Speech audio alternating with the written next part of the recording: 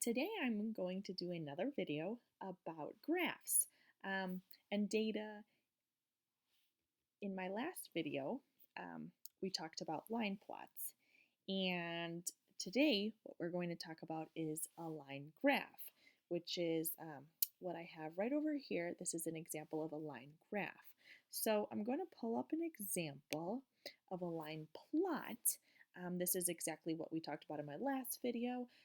I just don't want to get the two confused because they both have line in their name, and that can get a little confusing. But the difference is that a line plot, as you can see over here, this is where we have a horizontal line that goes from side to side, and our data is plotted on top of this line. And our data, as you can see here, it's represented by these blue circles, and they are plotted on top of this line. Whereas a line graph, as you can see over here, our points are plotted on a graph, and they're connected by a line. So just visually, the two look different, even though they both have line in their name. Just remember that a line graph, you could see that there's a graph behind it, and then the points are connected by a line versus a line plot. It's a horizontal side-to-side line, and the data is plotted on top of the line. So that is one of the main visual differences between the two. So today the focus is going to be on this line graph, and we are just going to dive right in just to get introduced to what this is, how to read it, and how to answer questions in regards to this. So, as you can see over here, the title says how many minutes spent on homework. So, what I want you to remember is that for each type of graph that we're going to see, it always has a title. And as you can see here, our title is bolded, and it's usually right at the very top. So that helps us to understand what this graph is really talking about. Now, on my left side over here, I have a label that says minutes, and I have numbers, 20, 30, 40, 50, 60. And then down here, same thing, I have a label that says days, and I have the numbers 1, 2, 3, 4, 5. So I need to have these labels, and every graph really needs to have these labels, because these labels help us to be able to read the graph more correctly and more accurately. So down here when it says days, this is day 1, day 2, day 3, day 4, day 5. And over here it says minutes. This is 20 minutes, 30 minutes, 40 minutes, 50 minutes, and 60 minutes. So to be able to read these points correctly, so first what we have to do is plot the points. The line comes after. So what I'm going to do is I'm going to get rid of the line first, just so we're able to see the points without the line, and then we'll connect them with the line afterwards. So over here we have day 1, and we go to the left, and that's 20. So on day 1, this student spent 20 minutes doing homework.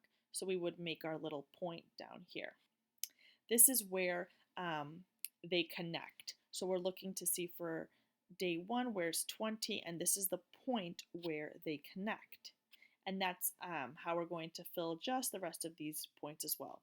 So now we're going to day 2. We're going to go up here, and in order to see this, to see how many minutes, we're just going to go to the left, and that says 30. So that's our point, would go right up here. Now for day 3, it's 40 minutes that was spent on homework, and our point would be right here, because we need to see the point that they cross over, and that's right over here. And over here we have day 4. To read that, we'd have to go all the way across, 50. So that was 50 minutes spent doing homework on day 4. And on day 5, we're going to go all the way to the top. See where this reads at 60 minutes. So usually what I'm doing is I'm going to read these points appropriately. I'm going up on the days, seeing where the point is, and then going to the left to see how many minutes were spent on doing homework. And that's also when we're plotting. First, we want to use down here, we want to start off there at our starting point. So if I'm saying day 2, I'm going to start off right here. I'm not going to go here because that's day 3, and I'm not going to go here because that's day 4. I'm going to start off at day 2, which is right here. So if I'm starting at day 2 and it was 30 minutes, I can't put my point here or here because that doesn't make sense. I need to see where's 30. And I'm looking. So 30 is right here. So I'm going to go right, and I can't make my point stop here because if I go down, that's not day 2. I need it to be by day 2.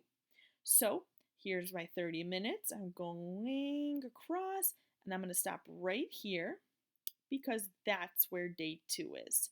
So that's also how we're plotting our points on this graph.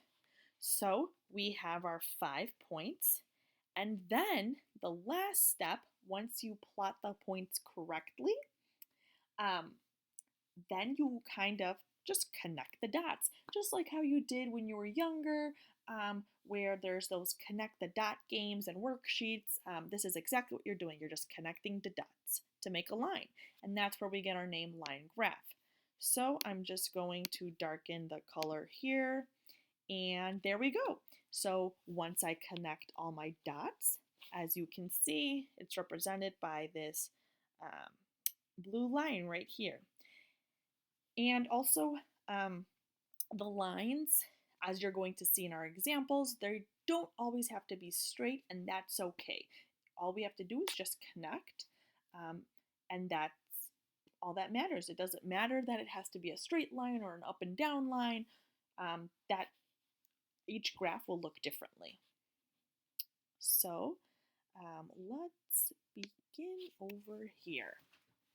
So here's our first one, and we're going to do a few examples together just so that we're getting lots of practice on line graphs. So this one says the graph below shows the bags of cans recycled. Use a graph to answer the questions. Okay, so just like how I said before, we're going to have a title, and this is also bolded, cans recycled. We're going to have our labels over here, bags recycled, and days. So this was kept track for 6 days, and then we have the numbers 0 to 18. So first what I'm going to do is I'm going to just read the points just so that we're getting practice on that. So for day 1, which is right here, I'm going to go up, see where this point is, go to the left and see 6. So on the first day, 6 bags were recycled. And if you say, oh, how do you know that it's 6 bags recycled? Because my label here says bags recycled. So I want you to be able to know how to read the labels and how to use those appropriately too. Now for day 2, I'm going to go up, go to the left to read that point. That's 18. So on day 2, 18 bags were recycled, or 18 bags of cans. And day 3, over here, I'm going to go to my left. That's 8. So on day 3, 8 bags of cans were recycled. Day 4, going to start over here. My point ends here. I'm going to see what number it relates to on the left. That's 12. So on day 4, 12 bags were recycled. Day 5, over here, go all the way to the left. That's 10. On day 5, 10 bags were recycled. And lastly, day 6, my point's over here, all the way to the left, 16. 16 bags were recycled. So if you get into the habit of doing that first, before you jump into the questions right away, it helps making going through the questions and answering those much easier. Okay, so we can begin. This one says, which day had the greatest number of bags recycled? So the most. So we're looking for the most, and if I look onto my graph, right away I could see that the highest point is right up here, and that is 18. So on day 2, 18 bags were recycled, and that's the greatest number. And if we wanted to double check that, we could see on day 1, only 6 were. Day 3, only 8 were. Day 4, only 12 were. Day 5, only 10 were. And lastly, day 6, 16 were. So the greatest number between all of these is 18, which is also the highest number plotted.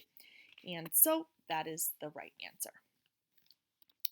Now going to the next question. Number 2 says, which day had the fewest bags recycled? So I'm going to see where's my lowest point. And I could see right away, day 1 has 6. So the day that had the fewest bags recycled would be day 1 because there was only 6. And just to double check that again, day 2 had 18.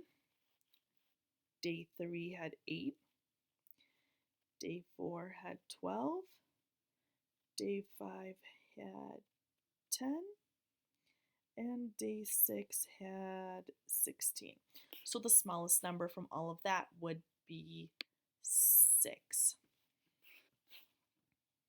Okay, number 3. From day 2 to day 3, did the amount of bags recycled increase or decrease? So just to know what these numbers mean, if you haven't seen them before, increase means, does it go up? Is it getting higher? And decrease is the opposite of that, means is it going lower, going down? So we're going to look from day 2 to day 3. So my point from day 2 is right up here, and my point to day 3 is over here. So it looks like it's going down. So we went from 18 all the way down to 8. So it went down. So we would say that the amount of bags decreased. Okay. How many bags were recycled on day 4?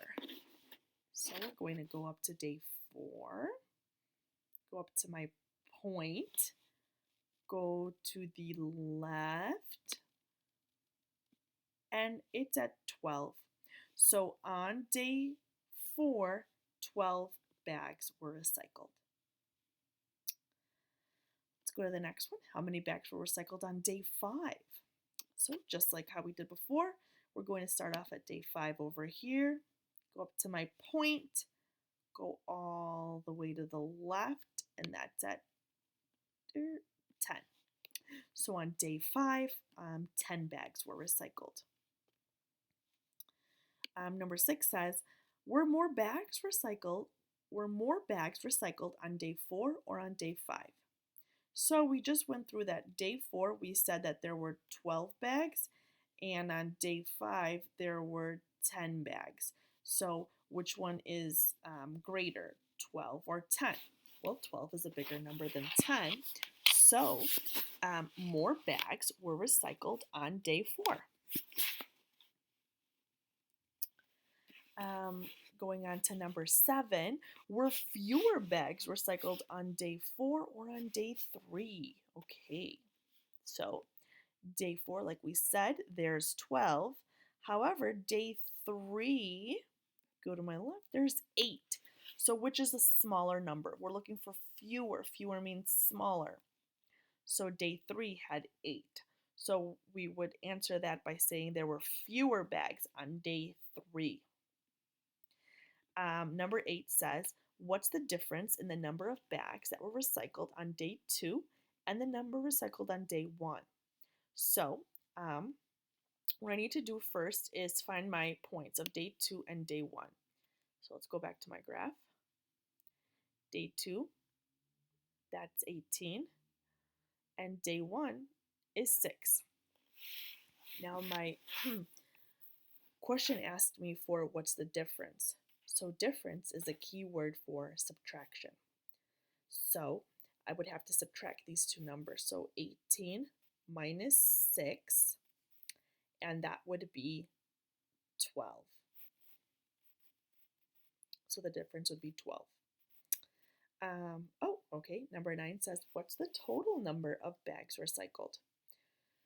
So for this type of question, all these points that I have over here, so there are there's 6. 1, 2, 3, 4, 5, 6. What I have to do is all these points, I have to add them up all together to get the total, because total is a key word for addition. So let's start off with that. So first we have 6 and 18. So we're going to add those two numbers together. 18 plus 6 is 24. We're going to move on. Day 3 had 8. So now 24 plus 8 is 32. Going on to day 4, that's 12. So 32 plus 12 is 44. And day 5 had 10. So 44 plus 10 is 54. And then lastly, day 6 is 16. So 54 plus 16 is 70. So the total is 70. So what I did was all these points, I just took all 6 of these points and added them together to get 70. And the last question for this example says, on day 6, the goal was to recycle 18 bags. Was the goal reached? So we have day 6 here, and the goal, just to double check, was 18. Okay, so day 6, let's see how many bags were recycled. Oh, only 16 were recycled. So did they reach their goal if they needed to reach 18? So no, they did not reach their goal because 16 is smaller than 18, so they did not reach their goal. Okay, let's go to my next one. This one, I know it's same colors, but it's a totally different graph. This one is about gaming time. Remember, we're first right away looking at the title to help read the graph better. So this one says the graph below shows the minutes that Tommy spent playing video games. Use the graph to answer the questions, okay? So our title is gaming time. The title is also bolded, and remember the title is always usually found at the top. And also just something I just wanted to point out was if I show you this last graph about the cans recycled, and then show you this one, and what I started off with here, as you can see, all of these lines look so different. None of these lines are the same. And that's totally okay because each line graph will look differently. So once you have your points on the graph, plotted on the graph, all you do is connect the dots and each line will look differently. So let's look at our labels so that we're able to read our graph correctly. This one says that minutes spent playing games. Okay, so over here on the left from 0 all the way up to 90, that is the amount, the minutes that were spent playing games. And then down here again, we have days. So we have from day 1 all the way up until day 6. And just for added practice, we're just going to review these points first before we begin answering the questions. So let's start off with day 1. So remember, we always start off down here first and then look over here to our left. So day 1, if I go up to my point, it's right by 70. Okay, day 2, go to my left, that's at 80. So he spent 70 minutes day 1, 80 minutes day 2. Day 3, go to my left, 30. Day 4, go to my left, is 20. Day 5, go to my left, is 90. And day 6, go to my left, is 60 minutes. Okay. Once you get in the habit of reading those points first, then you'll be able to answer the questions quicker and efficiently. So number 1 says, which day did he spend the most time playing games? So again, we're going to look to see what's the highest number that's plotted on this graph. And you could see right over here, day 5, he spent 90 minutes playing video games.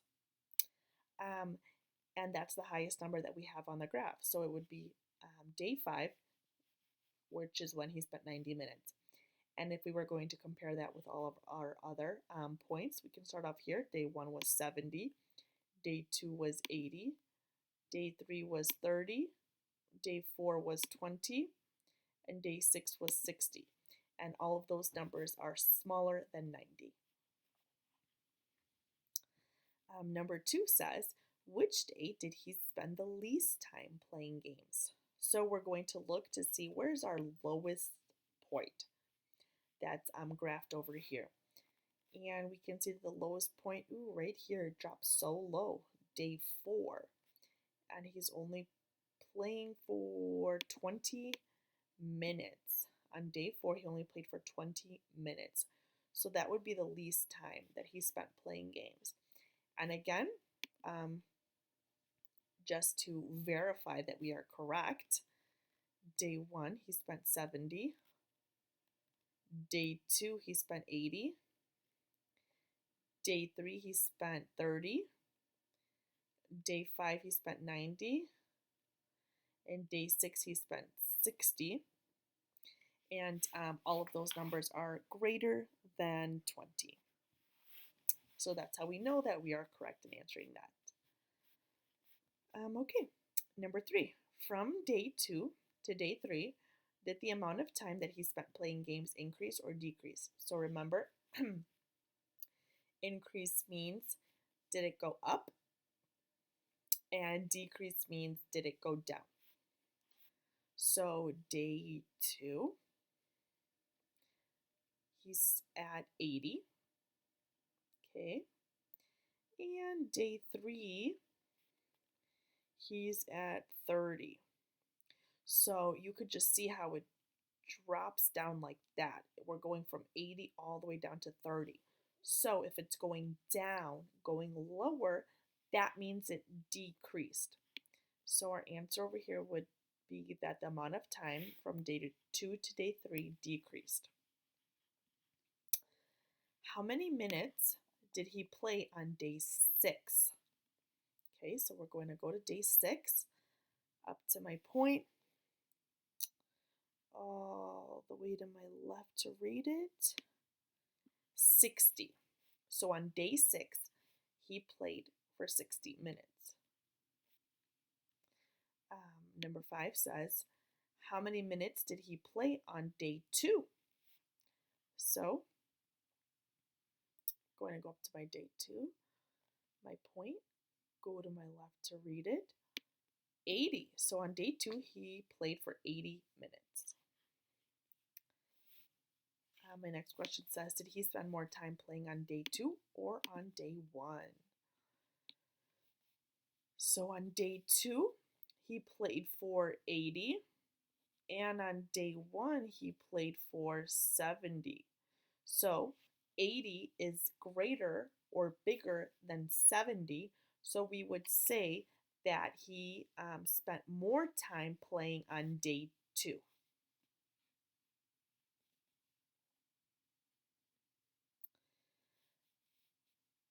Okay.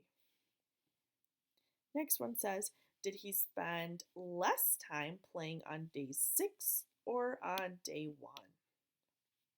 Okay, so we're looking for the least time, the smallest time. So day 6, he played for 60, and on day 1, he played for 70. So 60 is smaller than 70, so we're looking to see where he spent the least time playing, the smallest amount of time playing. So we would say he spent less time playing on day 6. The next one says, what's the difference in the amount of time spent playing on day 5 and the amount of time spent playing on day 2? Okay, so day 5, that's our 90 minutes. And on day 2, that's our 80 minutes. So difference, remember, is the key word for subtraction. So with those two numbers, I'm going to subtract them with each other. So 90 minus 80 is 10. Okay, number 9. What's the total time that he spent playing? Okay, that's just like what we did in my last example. We are going to have to add up all of these points to get the total. So remember, total is the key word for addition. So we got to add all of these points up. So on day 1, we have 70. Okay. Day 2, we have 80. So let's just add those up right now. We have 70 plus 80. That's 150. Now we're going to go down to day 3, and that is 30. So 150 plus 30 is 180. Now we're going to go to day 4. That's 20. So we have 180 plus 20 is 200. Then we're going to go up to day 5.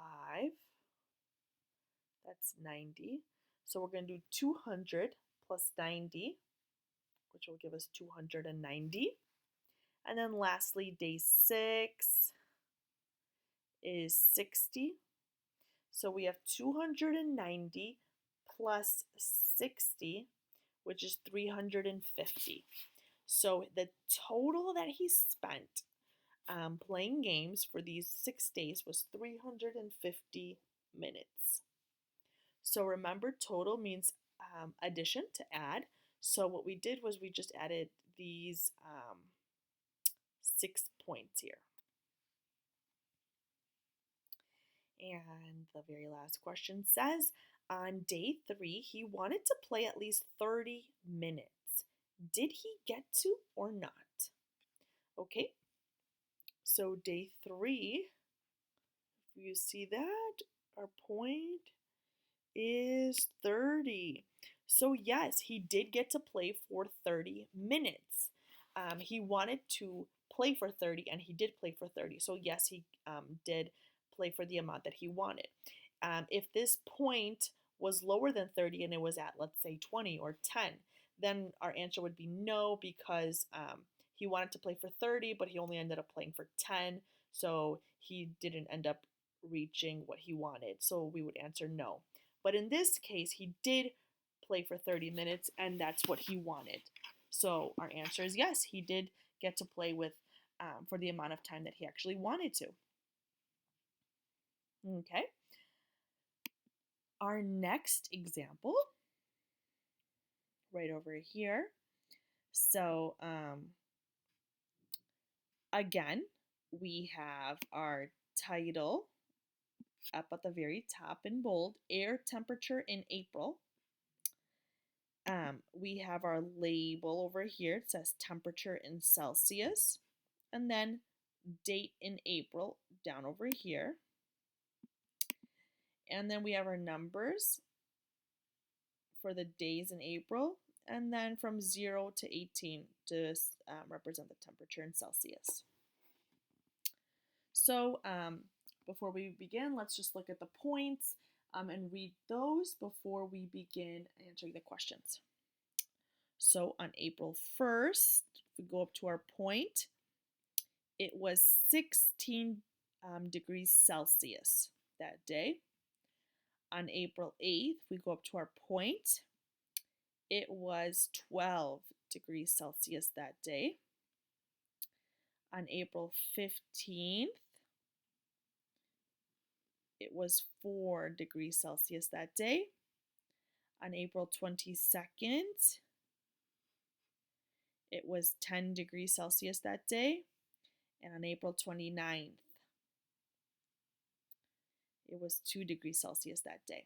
So I'm hoping that you're getting into the habit of seeing how I'm reading these points. Remember, I'm starting off down here first and then going to my left.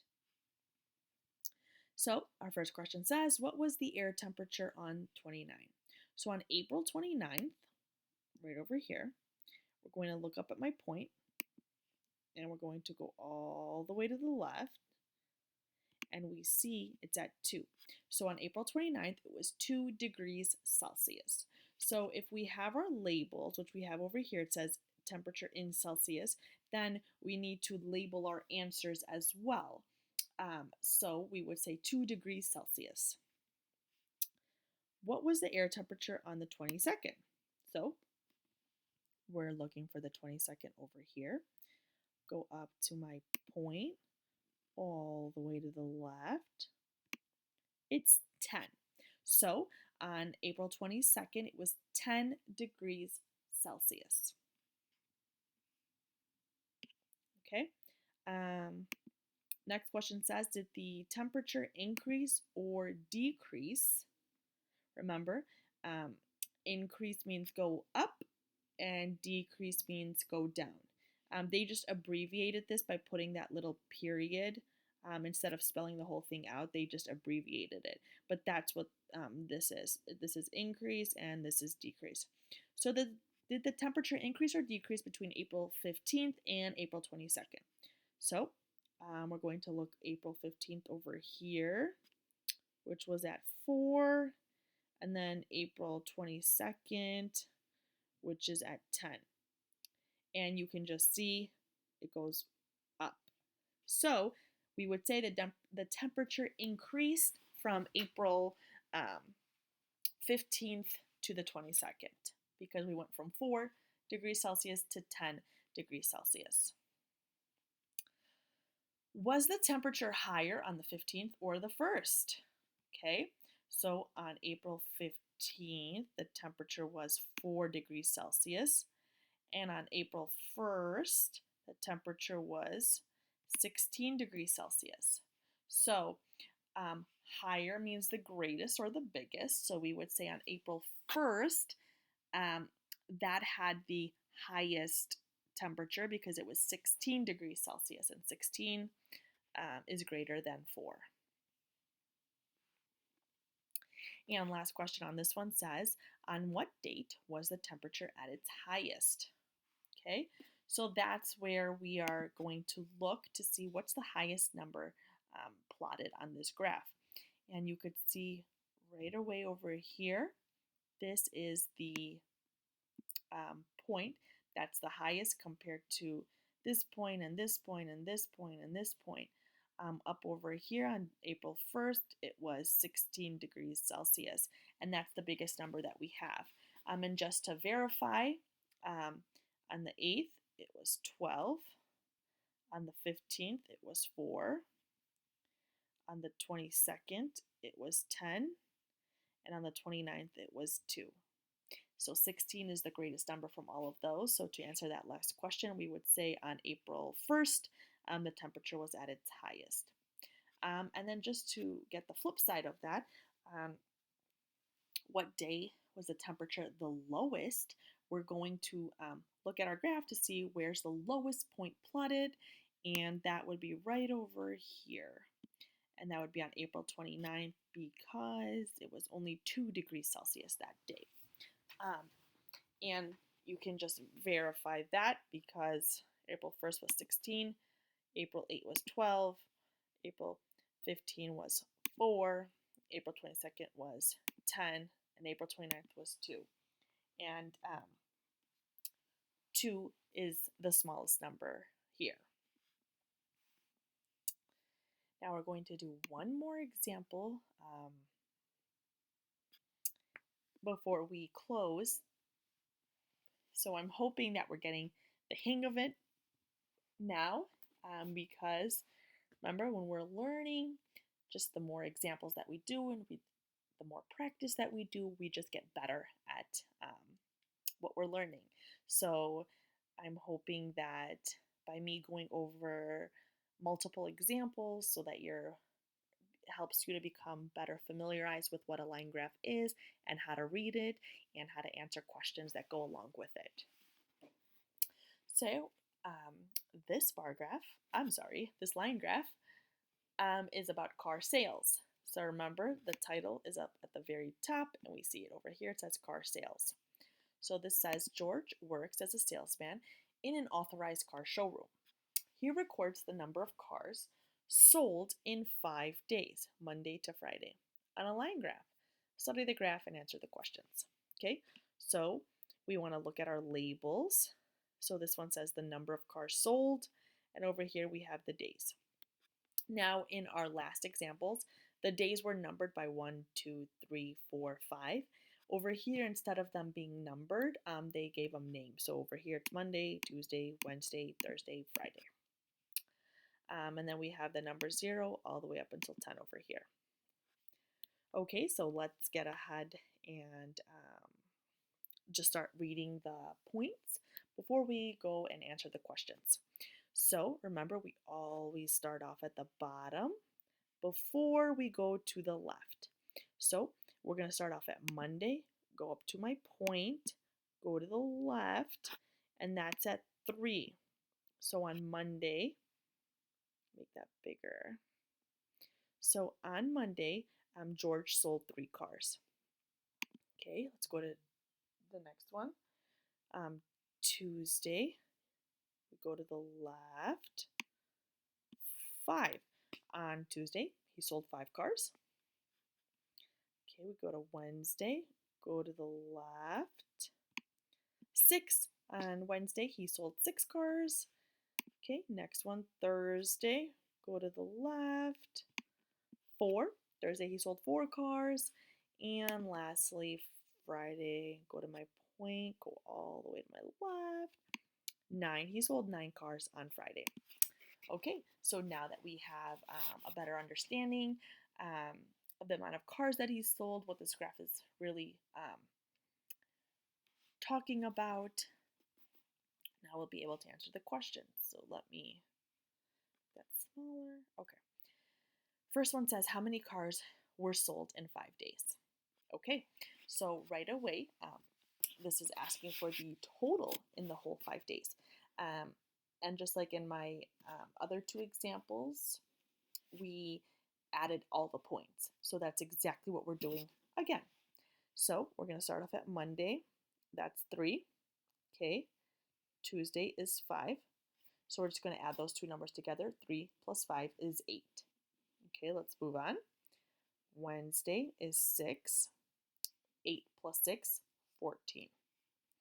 Okay, Thursday is 4. 14 plus 4 is 18. And lastly, um, Friday is 9.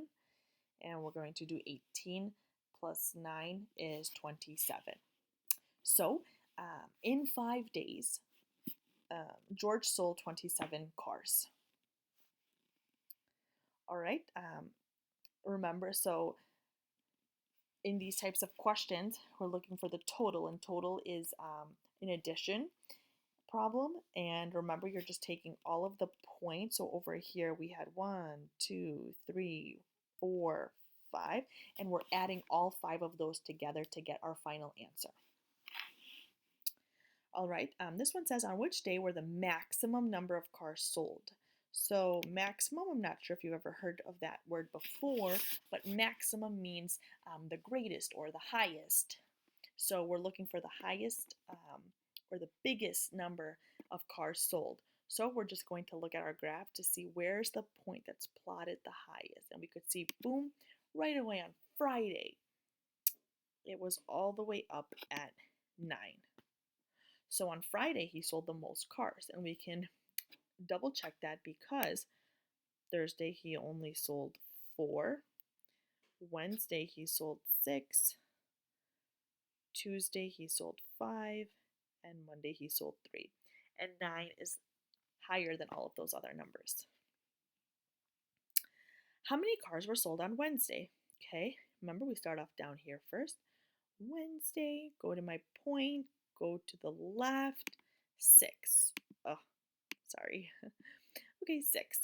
So on Wednesday, he sold 6 cars. Okay, number 4 says, which day had the minimum sales of cars? So minimum, that's the opposite of maximum.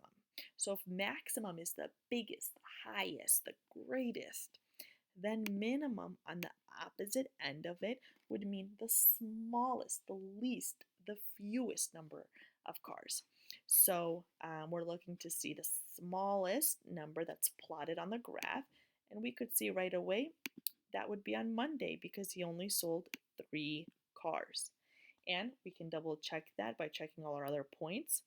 On Tuesday, he sold 5. Wednesday, he sold 6. Thursday, he sold 4. And Friday, he sold 9. So we're looking to see what's the smallest number, and 3 would be the smallest number. Okay, last question. How many more cars were sold on Tuesday than on Monday? Okay, so Tuesday, going to my point, we have 5, and Monday we have 3. So how many more? That's a key word for subtraction. So with those two numbers, I'm going to subtract. So I'm going to do 5 minus 3, and that would give me 2. So those are the examples that I had for this video. This is what we started off the video looking at, just to see exactly what a line graph looks like and how to read one, as well as the important parts of a line graph. So remember, just a quick recap before we close. Up at the very top here, we have the title. Each graph that we'll ever get to see or that we'll ever have to complete on our own, we always need a title because a title helps us to exactly know what this graph is talking about. So, how many minutes spent onto homework? That's our title up at the very top. Over here on my left and down here at my bottom, those are my labels. Okay, we need to label. So we have days and we have minutes over here. And then we have my numbers up on my left and my numbers over here from side to side as well. So the 3 most important parts on any graph that you'll see is we need our title at the top, a label on our left, and our label down here below. So by having those three, it helps us to be able to read the graph better, so that we're able to answer the questions better too. And because we have labels on our graphs, when we're answering our questions, we want to be mindful too that we're including those labels. So if this, for example, said on day 3, how many minutes did the student spend completing homework? So I would go to day 3, look at my point, go to my left, that's 40. So I would say on day 3, he spent 40 minutes on homework. I wouldn't just say 40 because I don't know what that 40 means, but when I'm saying 40 minutes on homework, I know exactly what this graph is talking about. It's giving more detail, and that's what we want to be more mindful of doing, so that we have these labels here for a reason and that we're including those in our answers too. And remember, first, when we're plotting our points on our graph, and then after we plot our points, that's when we draw our line and we connect the dots. And that each graph looks different, and our line is not always going to look the same. It's not going to always look straight, and that's okay because each graph is different. And also when we're reading a graph, we're always starting off down here and then going to the left. We're not going to go here and then down. It's just more accurate if we're starting down here and then going to our left, and that will give us the exact answer that we're looking for. Also, when we're plotting these points, we want to be mindful of making sure that they're correct, because if one point is off, then that ruins our answers when we're answering questions about it. So we want to make sure that if we had to develop a graph ourselves, that we have to be really careful how we're plotting these points first before we draw our line. So this was just one type of graph that we went over, a line graph, not to be confused with a line plot. Remember, this is a line plot, and this is a line graph. So now that you know the two, I know that both of them have line in their name, but hopefully we won't confuse them. Line graph, remember, we connect the dots. Line plot, we plot our data on top of the line.